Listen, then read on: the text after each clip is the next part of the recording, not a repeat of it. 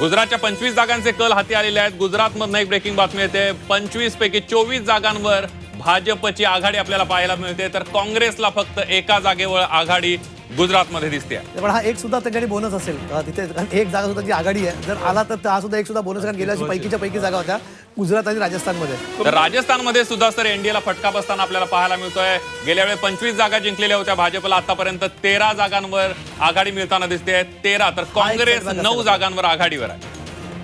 हा एक सेटबॅक असू शकतो तुमच्यासाठी। जर उत्तर प्रदेशमधला सेटबॅक आहे तर आपण राजस्थानमधला सुद्धा हा सेटबॅक आपण मानू शकतो। जर इथे जागा कमी होत असेल तिथे किमान आघाडी असेल, म्हणजे आता 9 जागा आहेत, पुढे मागे आकडा बदलेल, पण 9 जागांमध्ये जर तिथे पिछाडी असेल राजस्थानची तर that's a big figure. Kamlesh, मला असं वाटतं जर भाजपला फटका कुठं बसतोय तर 5 राज्यात बसतोय जी। राजस्थान, उत्तर प्रदेश, बिहार, महाराष्ट्र आणि कर्नाटक।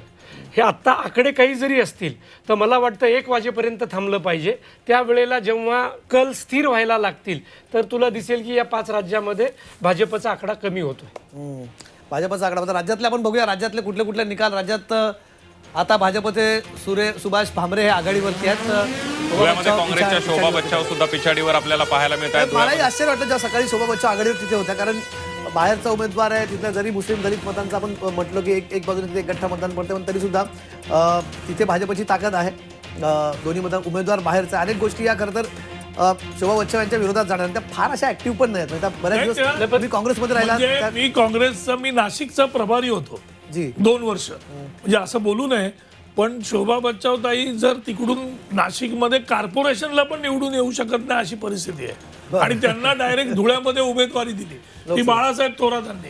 म्हणजे जर तिकडे डॉक्टर तुषार शेवाळे यांना उमेदवारी दिली असती, की जे मागच्या 5 वर्षापासून तिथे काम करतायत आणि मागत होते, त्यांना उमेदवारी दिली नाही आणि शोभा बच्चावांना नाशिकमधून धुळ्यामध्ये आणलंय, ते म्हणजे हे सगळं जे गणित आहे ते पुढे येण्याचा काही चान्सच नाही त्याच्यात। म्हणजे काय थोडं काहीतरी मेयर होत्या नाशिकच्या मेयर होत्या, आमदार होत्या, मंत्री होत्या, आरोग्यमंत्री होत्या। त्याच्यानंतरचे जे 15 वर्ष जर तुम्ही काढलीत तर त्याच्यामध्ये शोभा बच्चावांचं नाशिकमध्ये थोडं, मी प्रभारी होतो ना 2 वर्ष, पण कमलेश यावर माझं वेगळं मत आहे। शोभा बच्चाव आता जरी पिछाडीवर असल्या तर कांदा जे रडवणारे महायुतीला त्यात महाराष्ट्रातले 4 मतदारसंघ आहेत। नाशिक जो तुमचं होम ग्राउंड आहे, दुसरं दिंडोरी, धुळे आणि शिरूर, इथे फटका बसणार आहे, तर तुम्ही दुपारपर्यंत थांबायला हवं असं माझं मत आहे। आणि इथे ना MIMचा उमेदवार आहे ना वंचितचा उमेदवार आहे, ही तुम्ही लक्षात घ्या। आता ही कुठली मतं मोजले जात आहेत हे आपल्याला माहीत नाही, त्यामुळं कल जेव्हा स्थिर होईल तेव्हा आपण यावर विस्तृत चर्चा करू। ठीक आहे, आपल्याला आता राजू वाघमारेंना मला रजा द्यायची आहे। राजू वाघमारेंना मी रजा देतो। राजू वाघमारेजी धन्यवाद तुमचे। मला सिद्धार्थ चिरोळेंकडे जायचं आहे त्याच्या आधी, पण राजूजी संध्याकाळी मला आपल्याला तुम्ही परत यावं अशी माझी अपेक्षा आहे। आणि संध्याकाळी जेव्हा निकाल स्पष्ट होतील, मगाशी आम्ही म्हटलं की शिवसेना नक्की कोणाची, हा मुद्दा आम्हाला चर्चेला संध्याकाळी घ्यायचा आहे, कारण निकालातला सगळ्यात मोठा टेक अवे असणार आहे। फैसला आज असली नक्की शिवसेना ऑलरेडी असली लोकांचा कल असणार आहे। राजू वाघमारे लोकांचा कल काय असणार हे तुम्ही लक्षात ठेवा।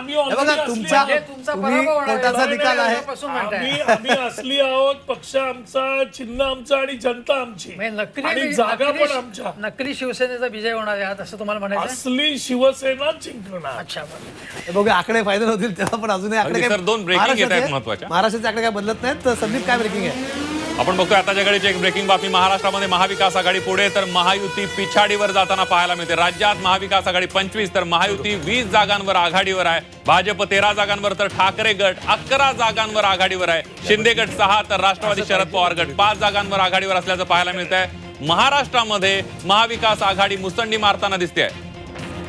यानंतर बघूया पुढची एक ब्रेकिंग बातमी येते आहे। सांगलीमध्ये मशाल पिछाडीवर विशाल पाटील आघाडीवर आपल्याला दिसत आहेत। काँग्रेसचे बंडखोर उमेदवार विशाल पाटील 24,000 मतांनी पुढे असल्याचं पाहायला मिळत आहे। सांगलीमध्ये मशाल पिछाडीवर, ठाकरे गटाचे उमेदवार चंद्रहार पाटील पिछाडीवर आहेत। संजय काका सुद्धा भाजपचे उमेदवार पिछाडीवर आहेत, तर विशाल पाटील जे काँग्रेसचे बंडखोर उमेदवार आहेत ते आघाडीवर आहेत। तब्बल 24,000 मतांनी विशाल पाटील आघाडीवर आहे। मशाल विरुद्ध विशाल 3 पाटलांमधली ही लढत होती, त्यामध्ये आता विशाल पाटील जे बंडखोरी केलेले उमेदवार, अपक्ष उमेदवारी त्यांनी लढवली होती, आणि यामध्ये आता ते कुठेतरी आघाडी घेताना पाहायला मिळतात।